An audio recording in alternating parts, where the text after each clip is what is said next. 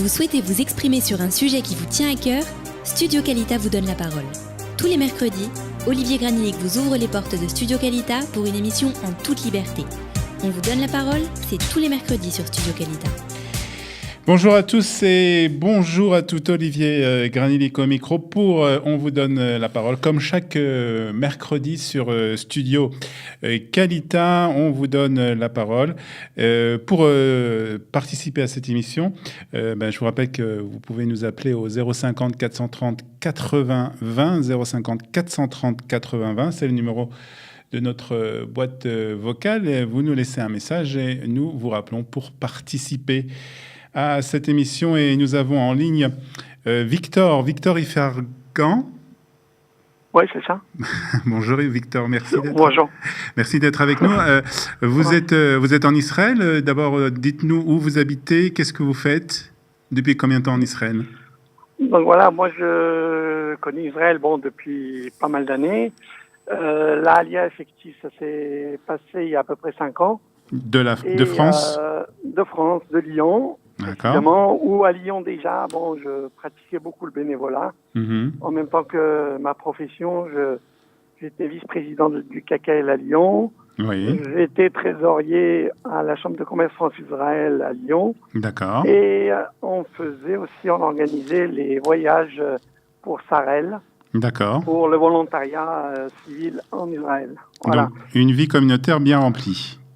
Ouais, assez remplie, disons, du côté bénévolat. D'accord. On arrive en D'ailleurs, Israël. on passe un petit bonjour à tous nos amis ouais. de Lyon, parce que je sais qu'ils sont nombreux à nous écouter.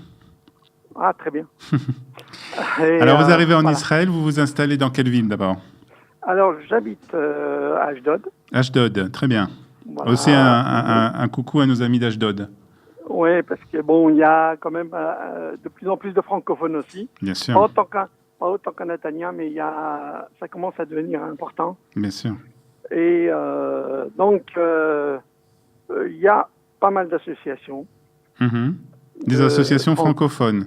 Francophones, voilà. Mm-hmm. Alors, c'est en même temps, c'est bien, mais en même temps, il y a du négatif là-dedans. Parce que, une multitude d'associations ne font pas toujours... souvent, on voit du double emploi. Ouais. Et puis, la plupart, elles font du culturel, des sorties, des choses comme ça. Mais ce qui manque réellement, c'est une association qui vient en aide au relais. Alors, allez-y, explique-nous ça. Et ça, non, parce que, si vous voulez, moi, en arrivant, je connaissais déjà bien Israël, je connaissais pas mal disons, à mon petit niveau, je connaissais les rouages dans pas mal de domaines. Et je remarquais que les amis que je rencontrais avaient souvent besoin d'une aide dans administrative, par exemple, dans l'aide dans le logement, pour qu'on les aide dans la vie courante. À faire les papiers. À faire, par exemple, les papiers, ou même au niveau des lois, au niveau de pas mal de choses, ils avaient besoin. Jusqu'à aujourd'hui, on est dans cette problématique, ce qui fait que moi, en tant que petit individu, chaque copain que j'aidais, il le disait à son copain. Et de bouche à oreille, je suis devenu le bénévole du quartier d'Ashdod, quoi. Mm-hmm. Donc, c'est ce qui m'a fait comprendre que les associations en général que nous avons ne répondent pas aux besoins du relais. Alors, vous parlez des associations. Vous parlez des associations qui existent. On ne va pas donner de nom parce que ça ne sert à rien. Mais alors, qu'est-ce qu'elles font ces associations francophones qui existent? On parle de Ashdod plus particulièrement parce que vous habitez à Ashdod. La plupart c'est du culturel, des sorties. C'est important aussi, non? C'est important aussi, Victor. Ouais. Oui, non, je dis pas. Mais il y a une lacune. Moi, j'aurais voulu qu'on crée, par exemple, dans chaque association, qu'on crée une structure aide au relais. qu'on l'aide dans ses papiers, qu'on l'aide dans le logement. Alors je vais vous parler. Alors je vais vous parler de. Je vais parler de Kalita puisque nous sommes sur Studio Kalita et que vous savez que Kalita est une association aussi qui aide les Olim Hadashim, les nouveaux immigrants, et qui a créé un programme qui est encore au début. C'est vraiment les prémices et qui s'appelle Kalita Time et qui justement a vraiment le même but que vous venez d'expliquer, Victor, c'est-à-dire de venir en aide aux Olim Hadashim dans leur démarche quotidienne face à la bureaucratie israélienne. Et c'est de prendre des personnes qui ont du temps ou qui prennent sur leur temps et qui sont prêts à être bénévoles pour aider d'autres familles. C'est un peu ça, c'est un peu ça le modèle que vous voyez en fait. En fait, c'est pour ça que j'ai accepté de répondre à vos questions, parce que j'ai vu que l'arrivée de Kalita était une première réponse au problème des Olim de France. Parce que il n'avait rien avant. Et Kalita, d'ailleurs, je veux pas polémiquer, mais Kalita est venue au bon moment.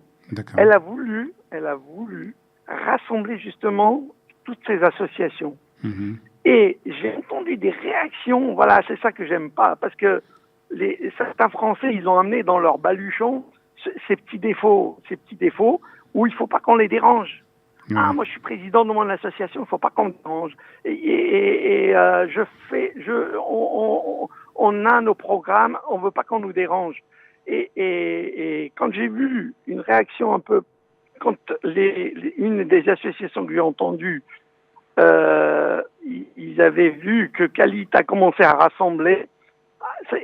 C'est comme si on venait un peu les gêner, les déranger dans leur quotidien.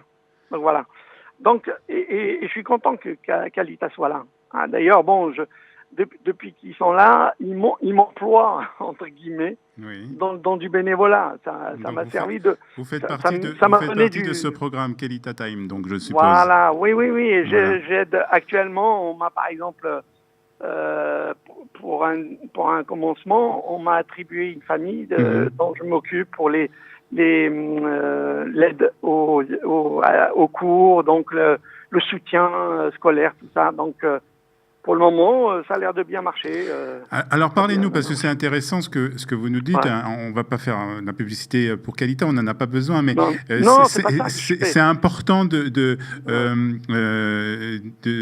vous partagiez votre expérience avec d'autres auditeurs en nous expliquant, vous nous l'avez expliqué, ce que vous faites avec cette famille, c'est-à-dire que vous l'aidez au niveau, bien entendu, des démarches bureaucratiques, au niveau aussi, je suppose, de la langue, au niveau aussi, tout simplement, d'expliquer peut-être comment fonctionne la société israélienne, les télévisions israéliennes, etc. Comment vous êtes accueillis par ces familles? Quelles sont, d'abord, avant comment vous êtes accueillis, quelles sont les questions, quels sont les problèmes que rencontrent ces familles? Disons, premièrement, la première rencontre, j'appréhendais parce que pour moi c'était quelque chose de nouveau au niveau familial, de rentrer dans une famille. Donc, non seulement, le peu de connaissances que j'ai, je l'amène, le peu d'expérience que j'ai, je le ramène, mais il y a un point qui n'est pas négligeable, qui est très important. C'est le fait de soutenir, ça leur amène une chaleur. Une présence. Et ça, c'est une présence une présence. C'est-à-dire que eux, ils arrivent d'un monde qui est complètement. Il faut reconnaître, on a tous vécu. Vous venez d'un monde complètement où vous êtes bichonné en France, où vous êtes assisté, vous êtes entre guillemets tout ça, et d'un coup vous venez dans un monde qui est complètement nouveau. Problème de langue, vous affrontez une toute autre mentalité, c'est ce que j'entends la plupart du temps. Donc ça, c'est quelque chose qui est brutal. pour un relais. Surtout que vous nous parlez d'une famille, c'est-à-dire que ce sont des parents avec des enfants et qu'il y a déjà le problème pour les parents de s'intégrer, de trouver du travail, d'apprendre la langue. Et il y a aussi le problème des enfants qui est aussi un problème à part entière de s'intégrer, de rentrer dans des nouvelles écoles, un système scolaire qui est très différent. Là aussi, vous voyez de grosses difficultés? Oui. Non, là, il n'y a rien. Là, je vous dis, c'est flagrant. Ils rentrent comme dans une jungle pour eux, parce que c'est complètement un changement terrible. Je m'occupe du petit garçon et de la petite fille. Pour leur donner quel âge ils ont? Je crois dans les 10 ans et 8 ans, quelque chose comme ça. C'est encore très jeune. Donc c'est très jeune. Et bon, je dis, heureusement qu'ils sont jeunes, parce qu'ils vont commencer une vie quand même à partir d'un petit âge. Mais malgré tout, je vois qu'au niveau de la langue, ils ont des devoirs à faire, par exemple des maths en hébreu, des choses comme ça. Il faut tout le retraduire. Et la difficulté, c'est de en même temps comprendre dans la langue maternelle et ensuite travailler sur la langue du pays, l'hébreu. Donc il y a une double difficulté pour eux. Et ça, mais malgré tout, bon, la famille de m'occupe, je trouve qu'ils sont hyper courageux et pour moi, il y a sûrement une réussite qui va sortir par là. Alors, d'une façon pratique, ça vous demande combien d'heures par semaine à peu près ce genre d'activité, ou c'est quelque chose d'abord, ce sont des rencontres qui sont fixes, ou bien ce sont à la demande de la famille? Comment ça se passe? Alors, j'ai évalué au départ selon ce que la famille avait besoin. Et j'ai mis en même temps par rapport à mes disponibilités. Bien sûr. Donc j'ai évalué. En fait, j'y vais pratiquement tous les mardis. Et on passe dans 4 à 5 heures dans l'après-midi. Non mais là, vous êtes sérieux, Victor? non mais écoutez, pour moi, je ne veux pas qu'il y ait un échec. Je ne veux pas de yéridot. J'entends parler beaucoup de yéridot et je ne veux pas de ça. Donc c'est votre participation à la Aliyah. Moi j'ai toujours œuvré pour Israël, donc je continue même en étant ici. Donc, voilà. Et pour vous, qu'est-ce que ça vous apporte? Moi, ça me rajeunit. Et je revois mes cours quand j'avais leur âge. Et je les revois et je les vois en hébreu. C'est ça qui est intéressant. Donc, non, je pense que de la même manière, quand on faisait du volontariat à l'armée, vous savez, on avait plus l'impression qu'ils nous donnaient que nous donnions. C'est ça. C'est-à-dire que vous avez l'impression de recevoir tout en donnant. Et quand on faisait volontariat, c'était beaucoup plus. On recevait beaucoup plus que ce qu'on donnait. Et ça, c'est bon, ça on peut pas le mesurer. Vous invitez les personnes qui nous écoutent à participer à ce programme de Kalita Time? Oui. Moi, je dis, s'il y a du disponibilité de temps, il faut pas hésiter. C'est très important et pour nous et pour les Olim. Très bien, Victor. Merci, merci beaucoup de votre témoignage et surtout merci de votre implication et de votre aide pour cette famille de Ashdod et pour la Aliyah en général. Merci beaucoup, Victor, d'avoir été avec nous ce matin sur Studio Kalita. Voilà, c'était un témoignage très intéressant. On reparle de ce programme de Kalita Time, puisque c'est un programme qui a été initié par Kalita. Donc, si vous voulez comme Victor, participer à ce projet, si vous avez un peu de temps et que vous avez envie envie de donner de votre expérience à des nouveaux immigrants qui arrivent en Israël, ou bien si, au contraire, vous faites partie de ces nouveaux immigrants et que vous avez besoin justement de quelqu'un qui vous soutient, qui vous aide dans les démarches administratives de tous les jours, dans cette intégration en Israël qui est très souvent très difficile, aussi bien pour les parents que pour les enfants. Alors faites appel à nous, vous pouvez nous contacter sur notre site de Kalita, cette fois-ci, donc de kalita.com, et puis aussi vous pouvez nous laisser un message sur notre boîte vocale au 0430 80 20, 0430 80 20, et nous vous dirigerons vers les personnes qui peuvent vous aider. Merci donc à Victor Ifergan, qui était donc notre premier auditeur ce matin. On vous donne la parole. Je vous rappelle le numéro de téléphone de notre boîte vocale, le 050 430 80 20. Vous nous laissez un message, et puis nous vous rappelons très rapidement pour participer à cette émission. Dans un instant, notre second auditeur. Nous accueillons à présent Youssef qui est en ligne avec nous. Youssef, bonjour. Bonjour à tous les auditeurs, bonjour à tous et à toutes. Alors vous allez vous présenter d'abord, Youssef. D'où venez-vous? Combien de temps en Israël? Où habitez-vous? Voilà, d'abord, avant de venir en Israël, je m'appelais Yves-André Cohen, et depuis que je suis en Israël, je m'appelle Youssef Cohen. Oui. Je suis en Israël depuis 1989. Oui. J'ai suivi en France une formation d'école de commerce. Mmh. J'ai pendant 17 ans dirigé des différentes entreprises de 30 à 120 employés. Et donc ensuite en Israël, j'ai pendant presque 20 ans, je me suis occupé d'export en profitant des langues que j'avais la chance de parler. Et ces dernières années, je me suis plutôt concentré vers l'immobilier et l'informatique. Vous habitez où en Israël? J'habite à Netanya. Netanya. Donc vous n'êtes pas un Olé Khadash, puisque vous êtes là depuis 1989. Donc voilà. Vous connaissez bien la société israélienne, je suppose? Je pense la connaître pas mal, et j'ai surtout l'avantage d'avoir de l'expérience, en tout cas au niveau des affaires, dans différents pays, ce qui me permet à la fois de comparer et surtout d'apprécier les avantages. Alors, vous voulez nous parler justement plus particulièrement d'Israël dans le domaine économique? Voilà, d'Israël dans le domaine économique, et en particulier parler de l'interventionnisme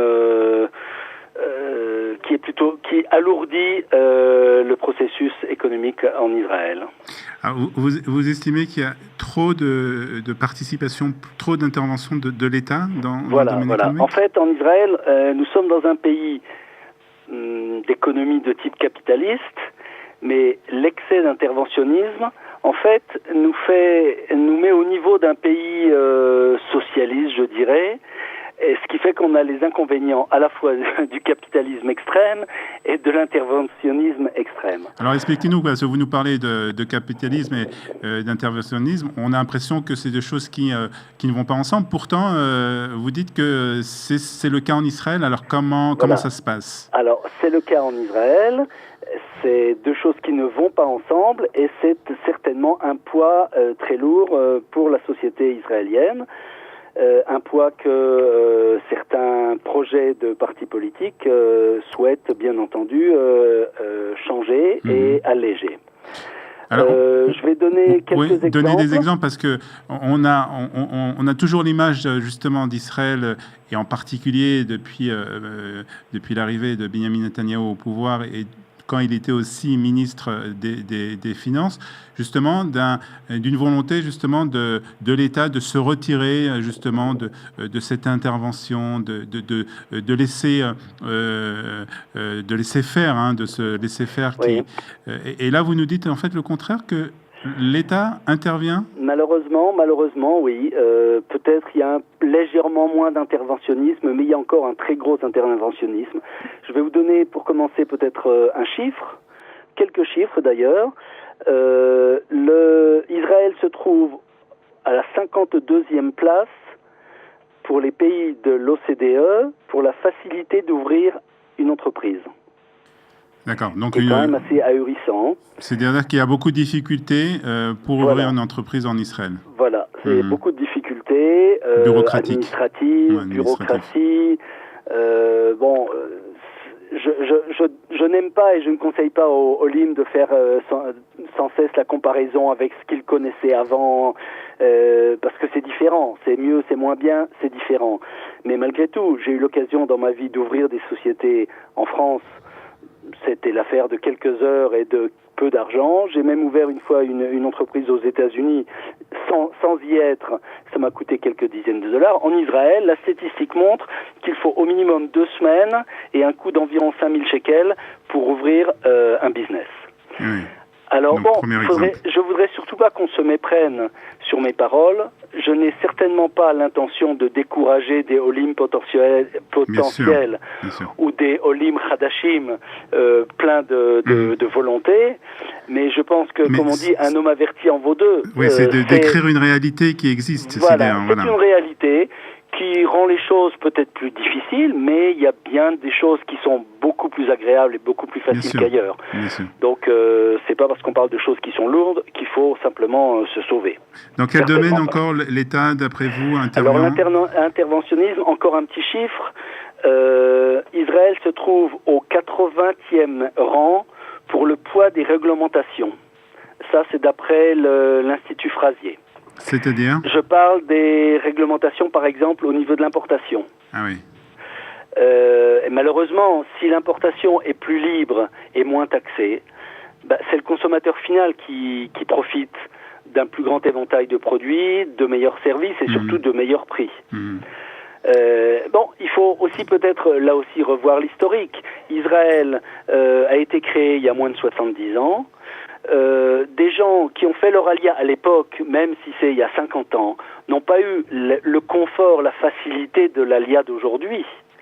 Même si aujourd'hui on se plaint de certaines choses à propos de l'alia, mais enfin c'est du velours par rapport à ce que c'était. Bien sûr. Bon, il y a eu des opportunités économiques que ces gens qui avaient le courage ou la folie d'être en Israël à cette époque-là ont profité.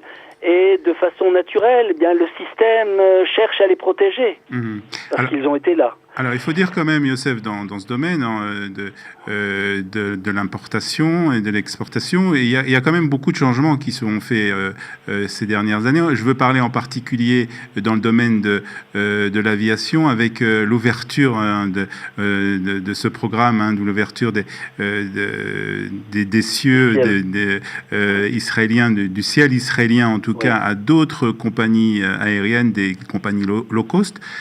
Ce sont des choses quand même positives qui se passent. Bien sûr, il y a énormément de choses positives et il faut les encourager et il y en a encore beaucoup devant nous. Je suis, depuis que je suis un peu moins actif dans ma vie professionnelle, je suis plus actif dans le domaine politique et ça m'a permis de me rapprocher de partis dont justement le programme, qui est un programme particulièrement développé, propose des solutions et des réponses aux différents problèmes israéliens que nous voyons aujourd'hui. Alors, d'après vous, dans quel domaine encore il y a des progrès à faire ? Eh bien, au niveau, l'Institut des normes israélien est une lourdeur incroyable. Mechonat Kanim, oui, qui n'est dans beaucoup de cas pas vraiment justifiée, si ce n'est pour protéger une situation existante. Encore une fois, les mêmes entrepreneurs d'il y a 40 ans, 50 ans, parfois ne sont pas au top des normes internationales.